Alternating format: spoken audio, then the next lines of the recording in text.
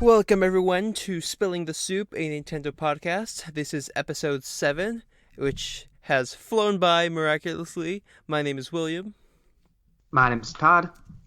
Hey everyone, it's Liam. and we're all back together once again to give you the latest updates on everything Nintendo related.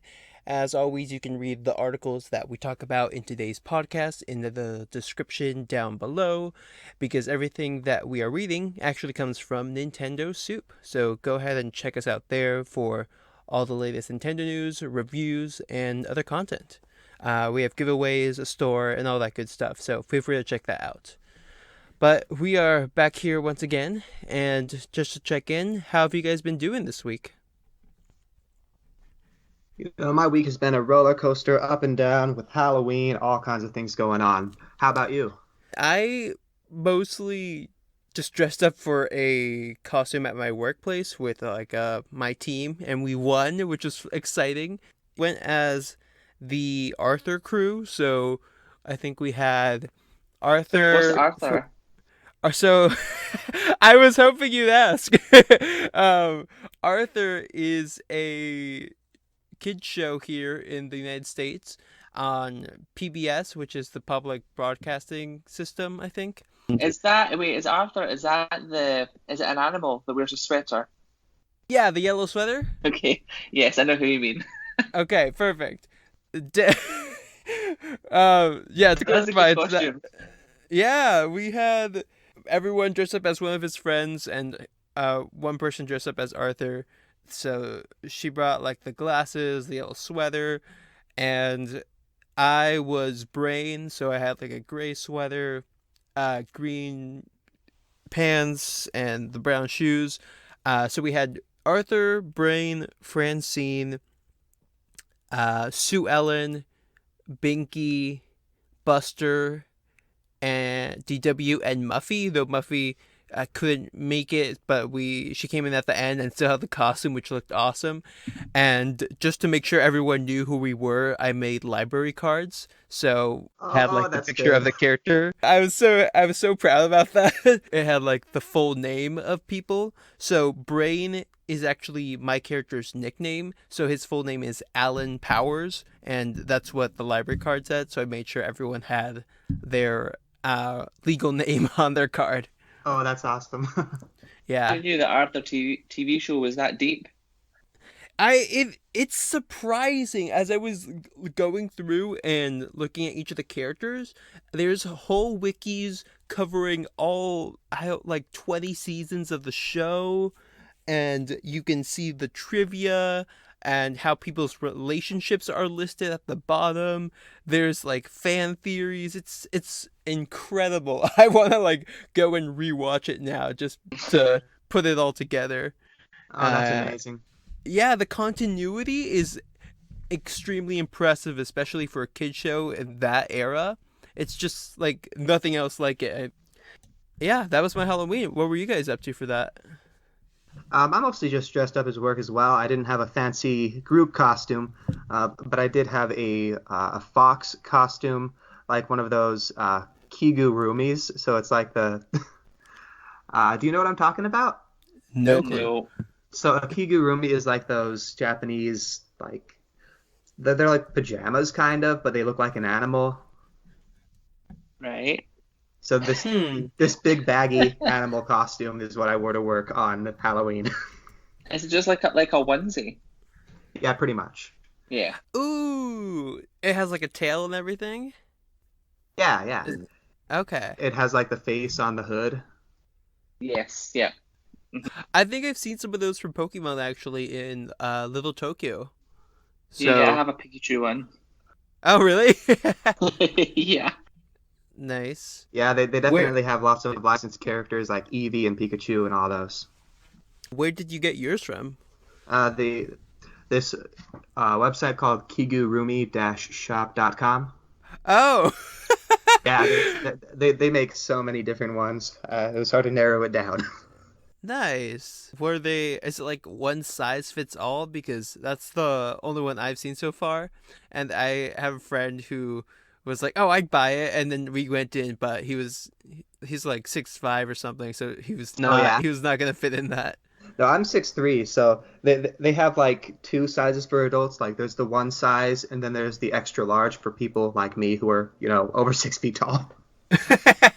Yeah, is it like a Japanese thing specifically? Because that's what I was guessing might be an issue if you're taller to get something that's a bigger size. But yeah, Yeah. I think it's mostly a Japanese thing, but they do sell. They ship worldwide. They have, the extra large size. So Cool, cool. I'm glad they expanded it to the international market.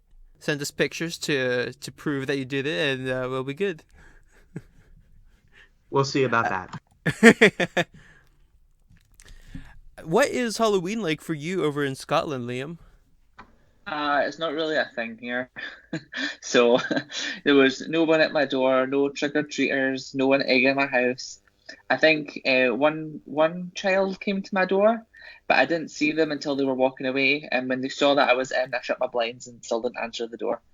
I didn't have anything for them. I forgot to buy anything. Oh, that's too But bad. yeah, it's not really a thing here. It's nothing like in America when you watch your films, and it's all like a big massive thing. People don't really care about it here. Yeah, that makes sense. I That's what I've heard mostly. That's a pretty American holiday, Yeah. and I think I don't know. It's Halloween's weird as you get older. I think after a certain point, it's just like wear weird, somewhat put together costumes to parties, and then that's kind of it. It's just like a costume party at that point. Otherwise, I have been playing through Transistor, which I've talked about I think a few times on the show now because it's had two sales where it was going for $4, and of course I snatched it up.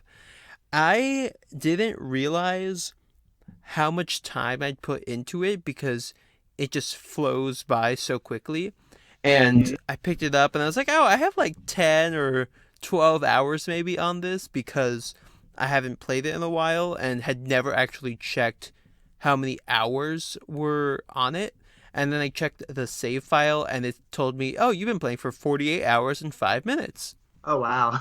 So I think that's a testament to the game just not really feeling like it's going slow and just the momentum of the combat and the story being super strong. And I'm just so happy to be able to play this on the train as well because originally I tried it when it was free on the Epic Game Store, but it's not as smooth I think on PC as it is on console. What have you guys been up to? I played some more Tetris 99 this week and finally got my first win in that game after, 30 plus hours. Oh, Congrats! I saw that. congratulations. Oh, thank you. I, I was bragging to one of my friends who plays that game all the time. They're like, yeah, I've got like 5 wins. I'm like, okay.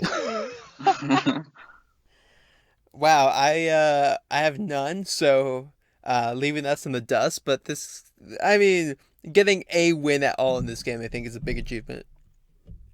Yeah, it definitely took some time, and now I can finally access Tetris Indomitus Oh, or whatever it's called. I can't remember the exact name of the mode, but the special mode where only winners get to play. The elite Tetris 99, probably. Yeah, something like that. Well, that's cool. Congratulations on this milestone in your life. I It's a moment I'll remember for the rest of my life. It's right up there with the first day of school, first kiss, first win in Tetris 99. that'll go on your tombstone. Oh, definitely. It'll be shaped like a Tetris block.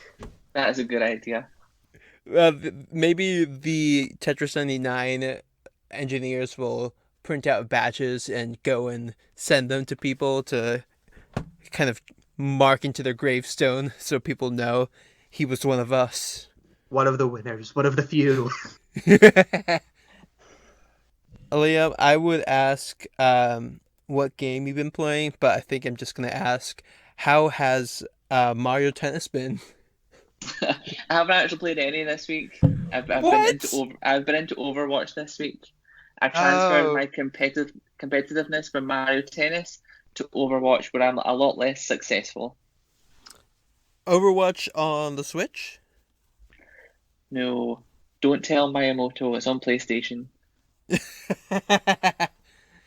um, I don't know if we talked about this last time, but I think there's a rumor that may be confirmed by the time this is out, but apparently people have been able, in some cases, supposedly again, emailing or contacting Nintendo to get a refund on Overwatch digital purchases for the Switch, given uh lash or the what's it called? No, the Backlash? backlash. There we go. Thank you. Backlash, yeah. The lack of The that? backlash that they've been getting for flashback now. The backlash they've been getting for their response to the Hearthstone players and the Overwatch players involved with the Hong Kong Yeah. situation. Yeah.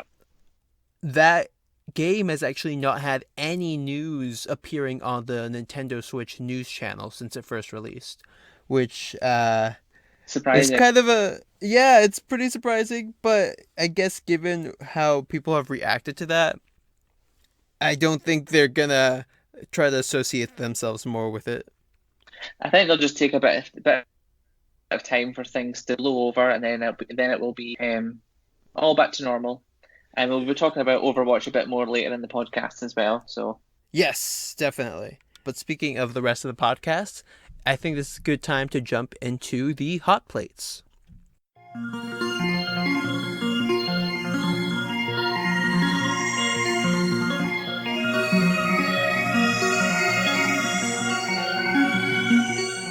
All right, let's go. Yeah, so this week we're actually starting off with some more Tetris news and hopefully a good reason to jump into the game and aim for that top spot once again. Nintendo has revealed that the ninth Tetris Maximus Cup is going to be Pokemon Sword and Pokemon Shield themed. So the event will kick off on November 8th and end on November 12th. We've seen a preview from Nintendo's YouTube channel, and you can actually get a sneak peek at what it's going to sound like, what the Tetris blocks are going to look like. And it looks pretty cool. I think they're using a new battle theme that's going to be appearing in the new Pokemon game. And the shapes themselves, I think, are also like square-ish Pokeballs. But overall, it looks pretty cool. I am excited to play this as always, and I'm excited to play Tetris basically anytime. But having this reason is a nice bonus. Yeah, for sure. I did notice looking at the theme that it looks better than the Luigi one, which happened over this past week, if I remember right. It was a pretty good theme, but there was just an issue where when you were in danger, there was a red glow around the edge of the screen, and it made certain colors of blocks really hard to see, for me anyway. Oh, I did think that theme was all right. It didn't feel like it was. I don't know. It didn't feel like a great match for me. Just seeing like the the the style of the blocks just kind of felt off to me. But it's interesting to hear how it actually affected the colors as well. It's a pretty good theme, but not one that I would use if I'm trying to win, just because it makes certain blocks look invisible to me. So definitely looking forward to this upcoming Pokemon event.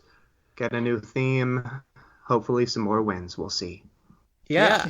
I have always been trying to. I think I have all the themes I mentioned on an earlier podcast, so I'm trying to keep that streak going, and this is definitely a nice piece of motivation. Nice. I think. While I like that, I think it's been my main complaint with some of the themes, though, that while I like maybe the music or the game that they pick for it, the blocks themselves don't necessarily have the greatest distinction and sometimes can actually be harder to use when you're playing it. But hopefully, as they experiment more with these themes, they're going to find better ways of putting those out there.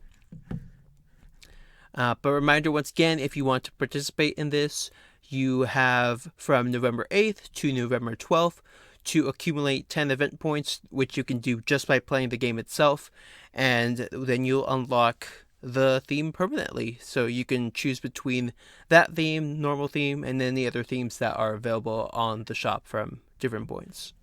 Awesome. So speaking of Sword and Shield, we're actually moving on to a new article, which is about Dynamax crystals.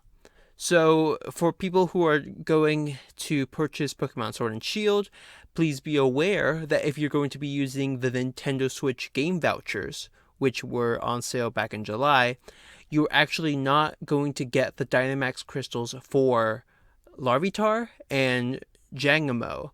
So this is a special bonus that was offered to people who bought the double pack, but it actually says on the listing that purchasing both Pokemon Sword and Shield separately with a pair of Nintendo game vouchers will not grant the special bonuses included with the purchase of the Pokemon Sword and Shield double pack. So if you want to get those crystals, you will have to purchase them on retail or just purchase the pack item itself on the eShop, and you can't use the vouchers for that if you want those crystals. So I think that's more of an issue with the vouchers being able to be used for an individual game, and because the double pack kind of combines the two of them, you're not able to buy them separately and then say, hey, I bought them both, because that's technically not the double pack special. Right. So just be aware of that in case you're trying to do that. I'm waiting for that ambulance to go by and it's gone. But was going to say that I'm not sure if I still want to get the game either digitally or just go physically, since it's a little trickier to do that, but I do kind of like to have the physical copy of Pokemon games with me. And I wasn't planning to do the double pack, but I could see why some people who bought the game vouchers and want to get both might be a little disappointed by this update. Yeah, I can understand that. If you're not sure about digital, physical forever. The only reason that I'm torn mostly on this is because I do want to get it day one, and digital is a sure way of doing that by having it preloaded and maybe even getting it a few hours early, since I'm That's on true. since I'm on the West Coast here. Mm-hmm. Getting the physical copy for me on day one is going to entail getting to work earlier to walk from the station to the Target down the street, Yeah. waiting for the store to open, running in, grabbing it, and then running to work, which is a little trickier because I try to get it opens at the same time that work technically starts, though not too big of an issue. But Target specifically has actually been kind of annoying in this case, because I think recently, I'm not sure how long ago they started this thing, where if you want to pre-order the game and have it mailed to you, and to arrive on the release date, you have to pay $10 more to do that. Oh, wow. And now you can't pre-order it and pick up in store, which is something that I believe they did in the past. So it's kind of a rough situation if you want to do it that way. Have you guys had any pre-order stories like this, or things you've heard about the game? No, here in the UK, I tend to buy my Switch games from a company called Smiths. And what they've actually been doing with quite a few Switch games is if you pre-order it within a certain amount of time before the release, you get £5 off the cost. So, and you do that as a click and collect, and there's a store literally just 2 minute walk from where I work, and it's open late. So, for example, what game came out recently? So, like Link's Awakening, it was £40 to buy, but if you pre-ordered it within the 2 weeks before the game came out, you got £5 off. So I got it for 35, or maybe it wasn't 35. I can't remember, but I got £5 off it. So it makes it cheaper than everywhere else, which is really good. Yeah, good deal for sure. I feel like all the deals I'm finding here actually cost more to get it pre-order, so you're lucking out. But that's the news about the Dynamax crystals and game vouchers, so just be aware of that. And other Pokemon news is that Pokemon Ultra Sun and Ultra Moon have finally sold out Black 2 and White 2. That was surprisingly hard to read. I think it's almost said Ultra Shield. And also Black 2, White 2. Okay. Anyway, Nintendo has actually released some lifetime sales figures for the mainline Pokemon games, including Nintendo Switch and 3DS systems. And it looks like in this last quarter for 2019, we have actually seen Ultra Sun and Ultra Moon take the lead over Black 2 and White 2. The latter half selling 8.52 million copies, and Ultra Sun and Ultra Moon selling about 8.57 million copies, which is a 0.1 increase since the last quarter, while Black 2 and White 2, of course, have not gone up in sales. This seems to actually make it the second worst selling game, and now Black and White 2 are now at the bottom. So, yay! Yeah, out of the games in that list anyway, it doesn't go back any further than Black and White. Right, it's going all the way up back to Generation 5 here. So other than that, we don't have data on things that were before Generation 5, such as Heart Gold and anything that came before.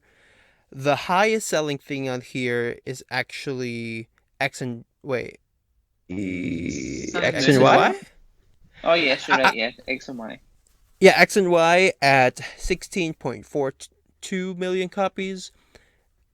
And after that is when we have Sun and Moon at 16.17, which I guess makes sense since they are the two newest generations and the first two games in those generations.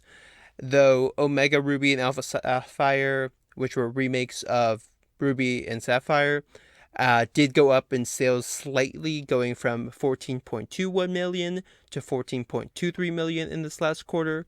And then third place is taken by Black and White at 15.64 million, which is pretty good, given that Let's Go has sold 11.28 million at this point, and that is the newest series the newest addition to the games before Sword and Shield comes out shortly. I think what this shows is that so many people say, "Oh, Pokemon's over. It's not as popular as it used to be when it first launched." But you can see from these sales that it's still crazy popular and one of the biggest franchises out there. Definitely, and I think there was a good article I shared a while ago that was titled "Pokemon: The 20-Year-Old Fad." Wow. I'm sure that fad will pass soon. Right. And that was kind of the joke of the article, that was like, hey, remember when you said it's a fad? Well, it's actually been going on for 2 decades at this point, which is hilarious. I'm glad to see that the games are doing well still, and I am very excited to see how Sword and Shield ends up selling, since I know there has been the controversy with the national decks and just not every Pokemon being available in the newest game. But it's a really good looking game from everything I've seen so far, and I'm just excited to see how it expands the series on Switch as we go into a new region and over to the UK. Any last thoughts about this article for the Pokemon game sales? Don't think so. Not from me. Okay. So moving on, we have Overwatch 2 is confirmed to be coming to Switch. This was announced officially at BlizzCon this past week, where they showed off a trailer for Overwatch 2, which will be coming to Switch on the same day as other platforms. Overwatch 2 is going to be introducing more heroes, new maps, story missions, new character abilities, a new leveling system, new modes, and will let you play on the existing maps as well as transfer your data from Overwatch 1. This is the newest iteration of the game, which will actually introduce a full PvE mode, which you can play co-op, presumably, and you'll be able to travel to new areas as well. A new mode has been introduced that has you on a symmetrical map and lets you take control of a robot, which begins in the middle and has to push a wall to the enemy base. There aren't a lot of details about this out right now, but it looks kind of interesting. And yeah, what do you guys think about Overwatch 2? Interesting. Like what surprises me about that is the fact that the new heroes and maps are coming to Overwatch 1. So it's a little confusing to me what stuff is going to be exclusive to the sequel. I think what's going to be exclusive is like the PvE, all the new stuff. So I think it's a case of, I don't know if either of you have played the first Overwatch, but it's essentially just you play online, and maps. So I think it will just be any maps that are playable online in the mode that's available in Overwatch 1 will be in Overwatch 2 will go into Overwatch 1. Any new characters that you can play online in Overwatch 2 will be in Overwatch 1. But I don't think that you will get the PvE. I don't think you'll get push. I think any new stuff will be held exclusively for Overwatch 2. Gotcha. Exactly. So that was also a bit confusing. I'd say is how this is going to be separate and maybe a kind of weird semi-sequel in some ways, because it has that competitive online mode still, but then it also just kind of adds on the new feature of having solo missions available and stuff that you could do offline as well. Yeah, I think I actually watched the BlizzCon last night, and I don't think they did a great job of explaining how it worked. That they actually had to go back and explain it again, and I think I was still a little bit like, what? But I think I get it now. I think the game is still quite early in development, so I think they're probably not even 100% certain on what's going to be in Overwatch 1 and what will be exclusively Overwatch 2. But we'll just have to wait and see. And that, given how it's portrayed right now, is why I'm also unsure about how I feel about a separate game for this. Because since you're going to be getting all the new updates in regards to maps and heroes to the original game, I feel like this is made for people who really want to play offline or want to play story modes a lot. And I'm not sure how big that demographic is.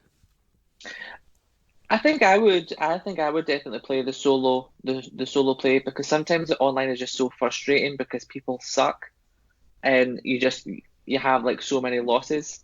I think for me the thing that's a little bit frustrating is that we've not actually had a new map or a new character, a new hero in Overwatch 1 for a while. And I was kind of expecting something maybe soon, just to maybe freshen it up a little bit. And so it's a little bit disappointing that all this will be kept back for Overwatch 2. So rather than things trickling out for Overwatch 1, we've all now got to wait until Overwatch 2 comes out to get new stuff. I think the last character they released was, I think it was Sigma. And that was a few months ago now, I think. And so nothing else until Overwatch 2 is out in late 2020, 2021. It's a bit disappointing. Yeah, that's fair. Yeah, I think my concern mostly is if this game is going to retail for a full $60 and be so similar and have so many of so much of its new content available in the first one. I wonder how many people are willing to pay for that. Yeah, I can tell you now, I will complain about the £60 price tag, but I will probably still buy it. Yeah, that's fair. Though I do see this as a good opportunity for people who have never played the game and especially want to play on Switch, given that you can play the game without being connected on the internet and playing on the go, which is a good way to utilize the Switch, in my opinion. This seems like a pretty good offer for that. I'm surprised that it's going to be a day one Switch game. Usually these sort of games go to like PlayStation, Xbox, and then come out on Switch a few months later.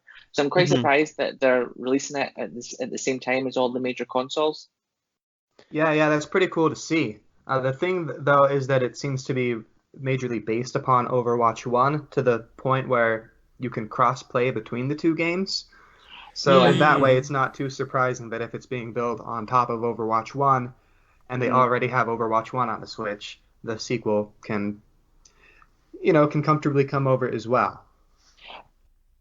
I was actually wondering if the reason why they're having everything in Overwatch 1 and Overwatch 2 quite similar and with crossplay is to ensure for the online that there's always people available. Because sometimes, like for example, I don't know if you guys have played it, but when you play online, there's three different types of characters. There's tank, DPS, and healer. And they've Mm. installed a new system where when you play online, you must have two of each character. And when you go on to play, you have to choose what type of character you'd like to play, and it Oh, gives you the really? amount of, and then it gives you the amount of time you'll have to wait for a match.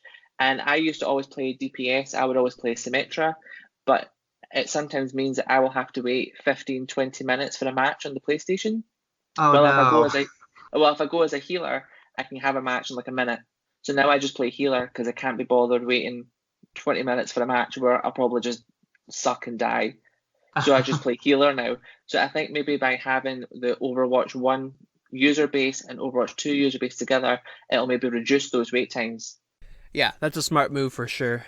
Because I have not actually had a wait time anywhere near that long, but that's probably because I'm on PC.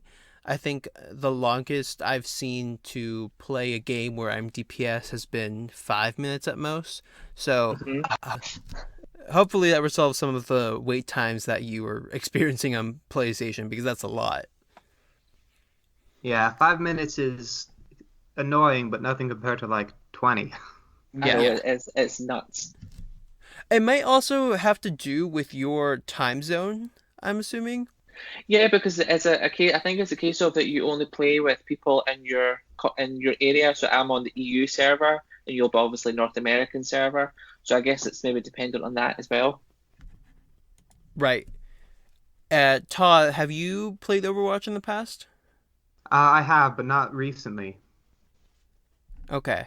Yeah, I have not been playing ever since the controversy they've had with Hearthstone, and it's been a bit discouraging even before that, given how the new system requires you to play two of each role, which I think diminishes the creativity that was present with the flexibility of characters, and the fact that when I first heard about the game, the one of the appeals or one of the features that they were saying like, oh, this is a selling point for the game was that there are no roles.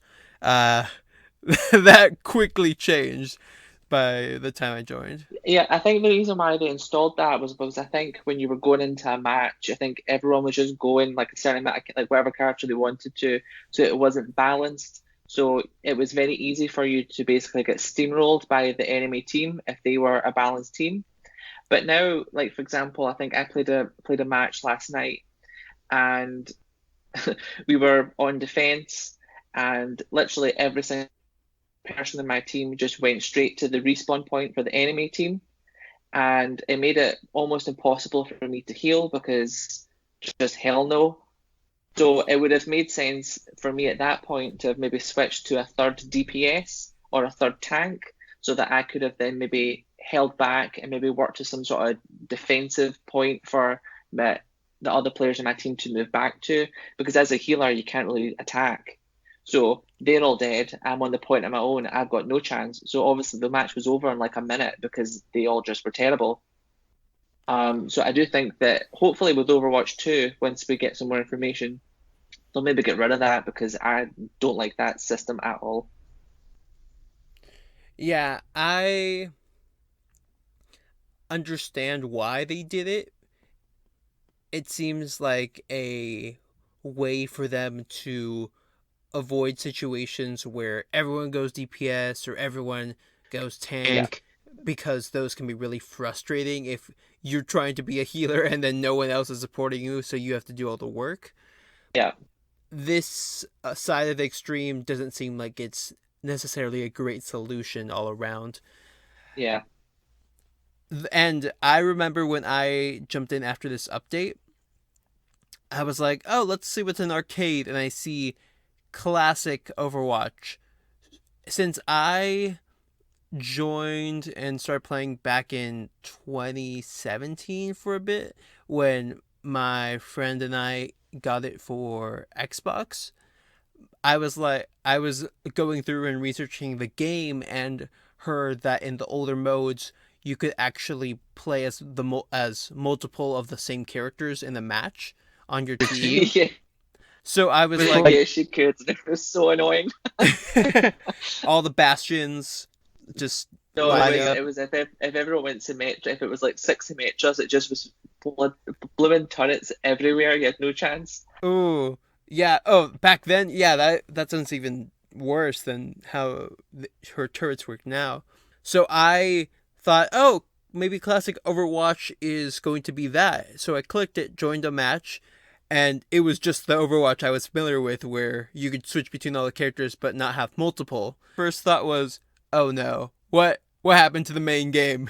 And I completed the match and then went back and discovered how the new queuing system worked up, which isn't too bad on PC, I'd say, and in my time zone, because you do at least get loot boxes for playing as tank or healer sometimes, because they want to encourage people to play the roles that are less popular.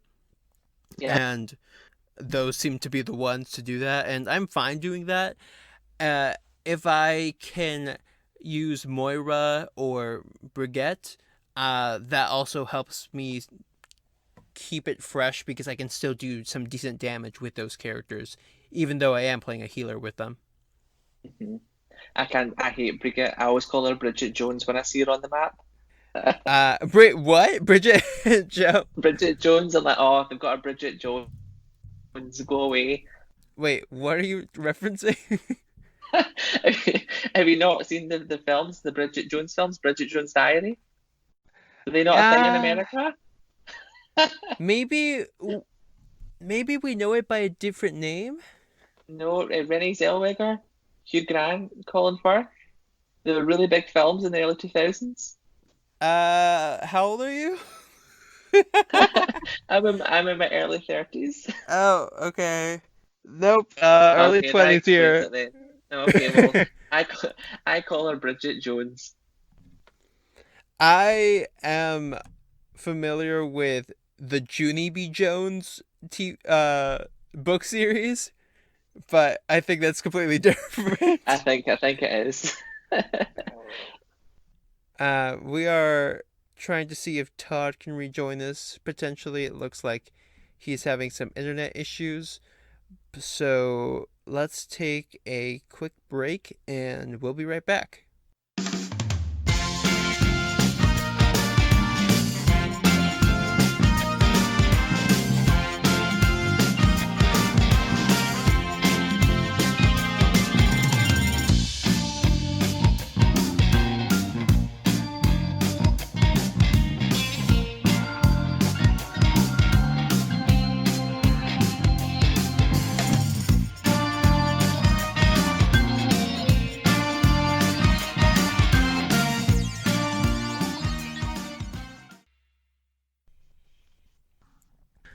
All right, everyone, we are back from the break, and Todd is having some internet issues, but hopefully he'll be able to rejoin us by the end. So we are going to move on forward with this podcast and talk about some other articles from Nintendo Soup.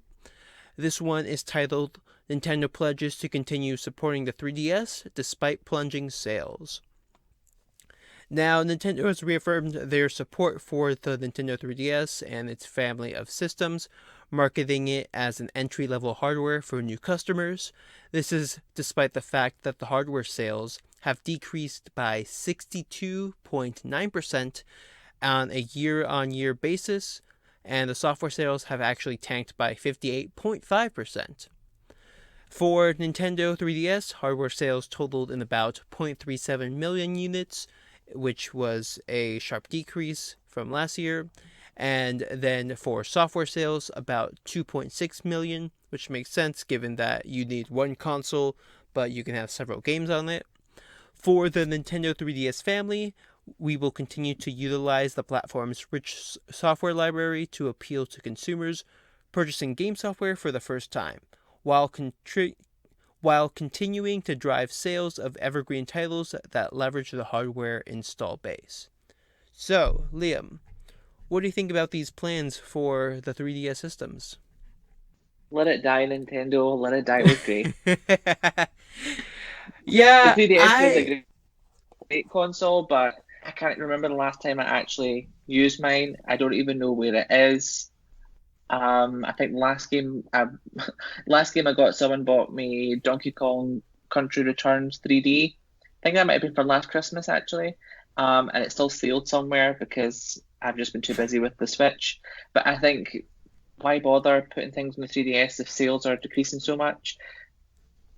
Take yeah, those developers and put them onto the Switch and get more games out for the Switch. I feel like the reason they're sustaining it this long is because other than Let's Go, Pokemon is one of Pokemon is mostly on the 3DS as of late, and that is, I think, a big entry point for people who still don't have a Switch, especially kids who they want to get as consumers and entail to play their games. Uh, but in regards to actually using the 3DS, I was frequently playing it just over a month ago because when I was taking the bus to work, it was actually easier to play my 2DS, actually not 3DS, but the more doorstop shaped one. Hmm. That was easier to play on the train because it was smaller and I didn't have to like dig my elbows into the person next to me, which I sometimes have to do with the Switch. And so it had that little size advantage.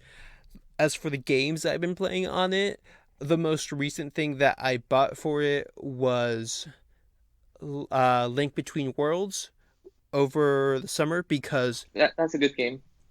it's a really solid game and really nice way to get introduced to Zelda and all the games in that franchise. And I bought it because Target was actually having a massive sale on 3DS games where some of them were going for, I think there was like 10 or something that were going for $5. That's good. So, yeah, it was an awesome sale, and I just ran to the Target and asked, "Do you still have copies of it?" Apparently, not a lot of people in my area buy games, so they're like, "Oh yeah, we have a ton." I probably should have bought Ocarina of Time too, since I haven't played that, but I kind of want to try something that hasn't had as much publicity or was as well known as Ocarina of Time. Yeah. But the thing is, when Nintendo say about they're going to continue support for the 3DS, but with what games? I mean, I think the last game I heard that came out for the 3DS was Kirby's Epic Yarn, which was a port from the Wii. Now, if they're just going to do ports from old consoles, I don't see that as much investment in the 3DS. Exactly. I was going to say that as well. That if it's a port, I don't think it's really worth their time putting it on the 3DS because ports are maybe for people who miss the game and want to play it. But if you're going for first time consumers, they're probably not even familiar with that. They might be enticed to play it given that they don't know that it's a port, but I just don't see a lot of people doing that necessarily. Yeah, would it not I just be better to put these games on the eShop, the Switch eShop rather than 3DS? Because it would surely that will have a better install base. as time goes on as well. Right, but I think they're thinking more about the people who have never had a system, and Right. the cheapest place for them to start is still going to be the 3DS family, which will be cheaper even than the Switch Lite, which is going for about $200, while these systems are for 150 or less at this point. Especially now that you can probably access a used one somewhere for even cheaper. And as for the newest game that came out for the system, I think the last one I heard about was in the spring when we had Persona Q2, and Right. maybe another one since then, though I can't remember quite what it was. But yeah, I'm okay if they stop supporting it, but if they really feel like this is the way to get people in, I can see that financially potentially, but I don't know how much of it's coming directly from retail, given that most of these consoles and games are going to be found online or Yeah. used in another different store that isn't coming directly from them. Um, we'll see. I wonder if Well, this. now that I think about it, I think Game in the UK, they still have a small 3DS section, but it's mostly pre-owned stuff. I think Smith's Choice does actually still have a semi-decent 3DS section. So maybe people still are buying 3DS games. Maybe it's just because I bought most of the stuff I wanted on that system that I just don't notice that it's still popular. That's a good point, and something I was actually going to touch on is that for me, it wasn't until recently that I started to check out different games on the system that weren't Pokemon, because it's only been in the last few years where I've kind of dove out of my comfort zone and checked out other Nintendo games. So this year alone, I've probably bought more games for that system than I have in a while. I think before, maybe like 2 years ago, I bought Kingdom Hearts Dream Drop Distance for it because Hmm. I was really interested in learning about that series. I bought the Link Between Worlds game just this past summer, and back in May for my birthday month, Nintendo actually gives you a special deal on some select games from the eShop. Nothing on the Switch yet, and I think I just got on the Switch maybe at that point, but I checked out what was available on the 3DS and saw that Fire Emblem Shadows of Valentia was available. So I picked that up. That was my first Fire Emblem game, and I loved it. I had no idea it existed before that point because all I knew about Fire Emblem was practically Fates and Awakening, which of the options I had available to me, it was either Fire Emblem Fates Conquest or Fire Emblem Fates Warriors or Fire Emblem Echoes Shadows of Valentia.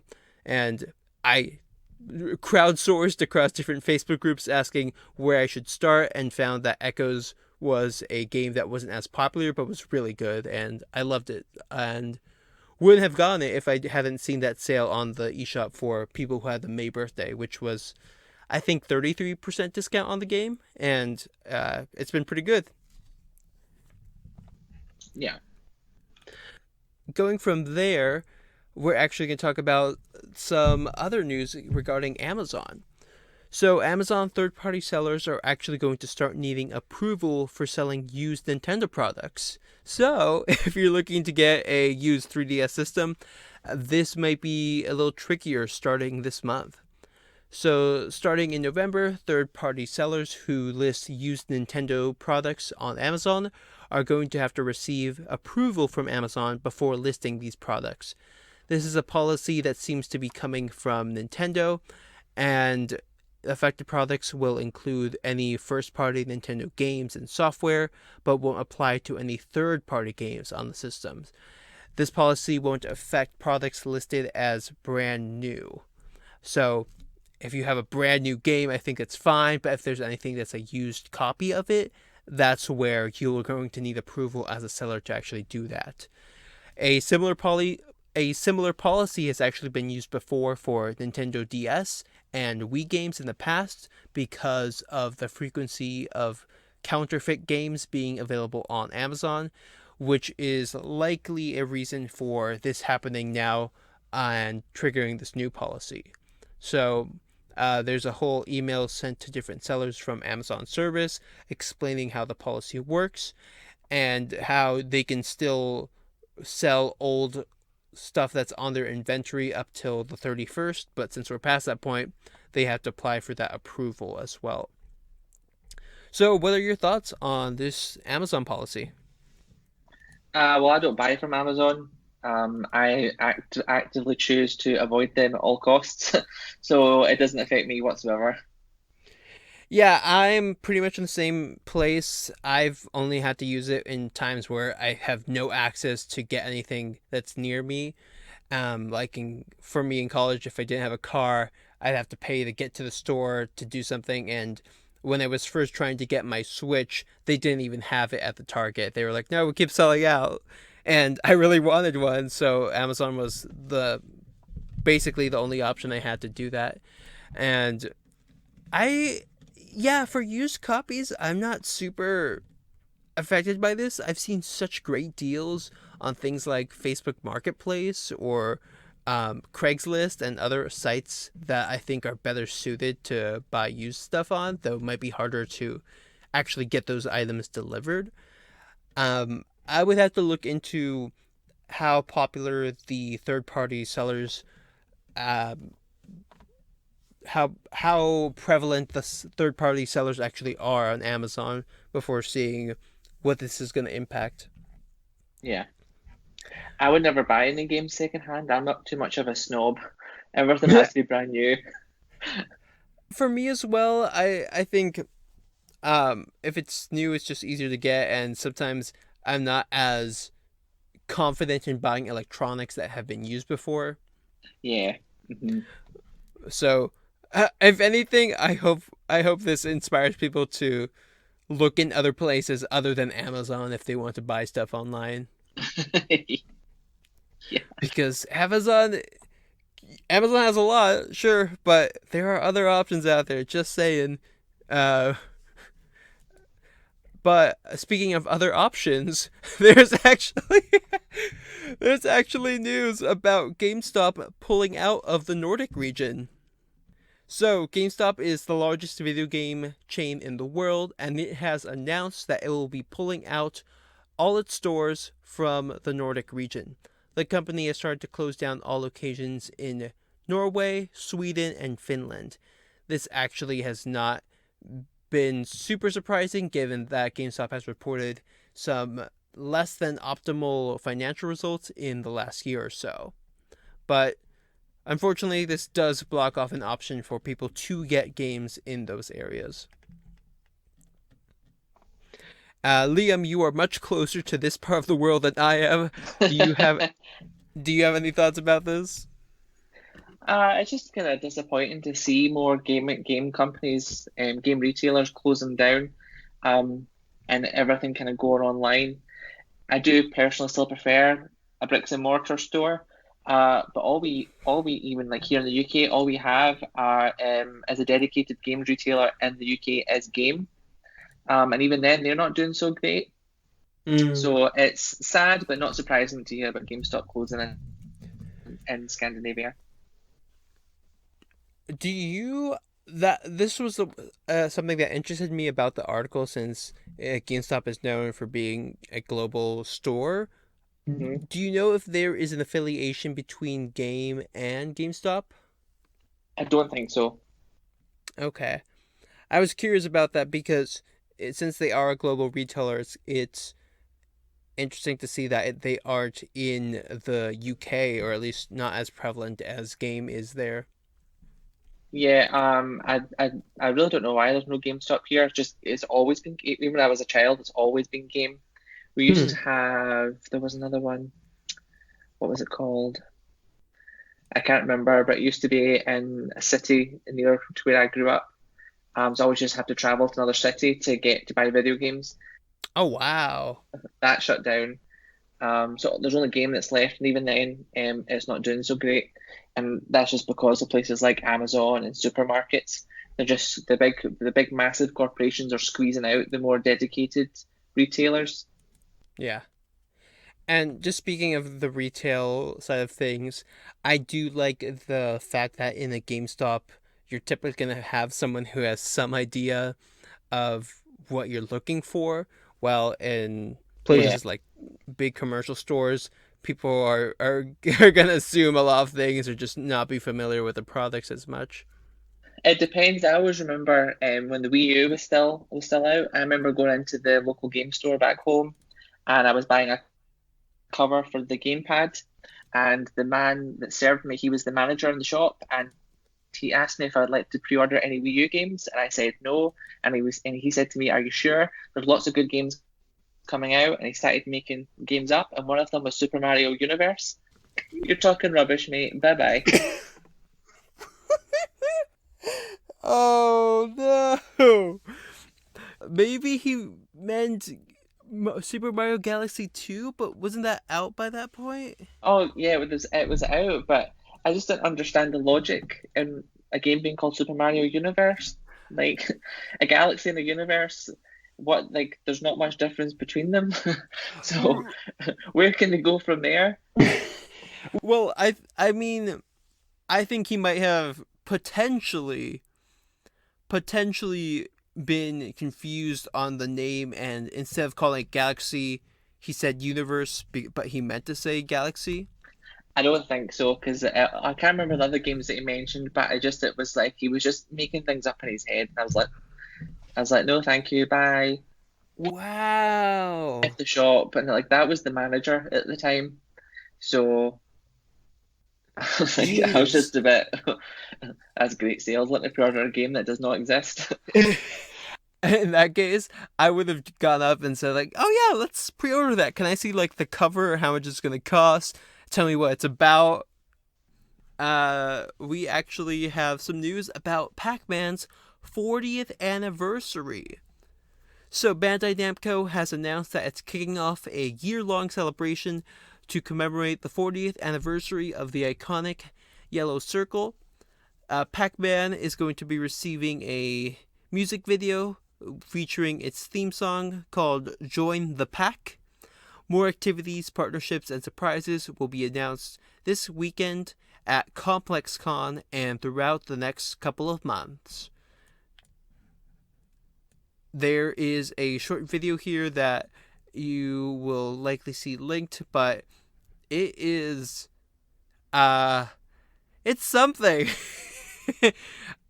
I think it's trying to feature the different art styles and the history of Pac-Man through a dance music video, which seems like an odd decision on Bandai Namco's part to commemorate this icon. It certainly does. I don't know what they're going with here, though. Um, it's all live action as far as I can tell, and is basically a music video of them inside a kind of bar that has an arcade cabinet for Pac-Man and people in different costumes. It's just, I don't know if it necessarily screams Pac-Man to me. No, I don't think it does at all. There's like some segments of like Pac-Man gameplay from the arcade cabinet, but I hope it actually gets some more tension as we go through the year. But just giving some history about the game, Pac-Man was born on May 22nd, 1980, and immediately rose to meteor. What? This is a weird meteoric popularity, which Okay. sounds like a terrible word because it can also sound like mediocre if people say it wrong. Um, Popularity first in video game arcades and then on the pop culture stage with the hit song Pac-Man Fever. and through an array of branding and entertainment appearances. With a brand recognition rate of 90% around the world, Pac-Man's image and brand is one of the most recognized on the planet and is as strong as ever as he enters his 40th year entertaining fans of all ages. The celebration will begin in 2020 with the debut of a new Pac-Man 40th anniversary theme song, which was composed by world-renowned Japanese techno artist Ken Ishii. It will be accompanied by a music video, which has already been released, and I will tag in the video. And it ends with a quote with, "Everyone at Bandai Namco Entertainment is extremely proud and excited to celebrate 40 years of Pac-Man, not just as a video game icon, but as a true cultural icon," said Chris Gilbert, Senior Vice President of Sales and General Manager at Bandai Namco Entertainment America Incorporated. Wow, that's a title. 2020 will be a monumental year as we celebrate Pac-Man's birthday all year long with groundbreaking brand partnerships, a new theme song, and engaging events around the globe. All right, that was a lot. Pac-Man, the last relevant thing I remember for this guy is him joining Smash. What about you, Liam? The last thing I can think of with Pac-Man was his appearance in the Wreck-It Ralph movie. Oh, he was in that? Yeah, well, it was like they were in like a level. It was like the bad guys met up in the Pac-Man arcade game. That's the last time I can think of Pac-Man. I haven't played a Pac-Man game in years. Yeah, same. I was actually gonna ask if you think this could benefit from being like a battle royale style game that they might make, where everyone like plays as Pac-Man or something, or plays as Ghost trying to outrun Pac-Man, and it can be like a Tetris 99 style thing. I don't know. I don't feel like obviously everyone knows what Pac-Man is and what the game's about, but I don't feel like Pac-Man has the same sort of popularity as Tetris ever did. And I don't think it's had the same sustained popularity as Pac-Man ever did. So I don't really know if it would take off. That's true, though. I think there were similar doubts about Tetris 99 when that was being released. I actually had never played Tetris before then, so that was a new experience for me, and has just got me interested in trying out different versions of Tetris. But I think Pac-Man might be a little harder since there's a little more controls that you have to do with that, and Tetris is pretty straightforward and limited in the amount of button inputs you would have to use. Though they're not too different. I just think that like Tetris has like a really good replayability to it. It's really addictive. I never felt, even as a child playing Pac-Man, I never felt Pac-Man had that. See, my experience with Pac-Man was in elementary school when it was a game installed on the school computers, which were so like that was around 2005 or 6, so there was a very few things you could do on a computer. Yeah, but Pac-Man was one of them, and we would gather in the morning before school started and take turns playing Pac-Man on the computer. Just seeing people get to different levels was really fun because the colors of the maze would change, and you could just take turns playing the game together, and there was that kind of social experience around it. So if that was something that they could replicate on an online version of Pac-Man, I think they could draw in a lot of people. Yeah, maybe. But yeah, that's the news we have for Pac-Man, and I think it's time to move on to our sales and deals section.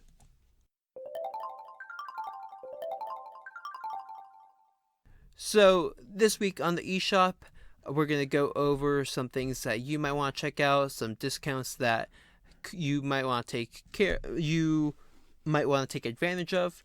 And for me, given that it's Halloween, there are a ton of different titles on here, but there is one that's stood out to me, and is a sale that I think is potentially Halloween themed, but is also going on until November 17th on the North American eShop.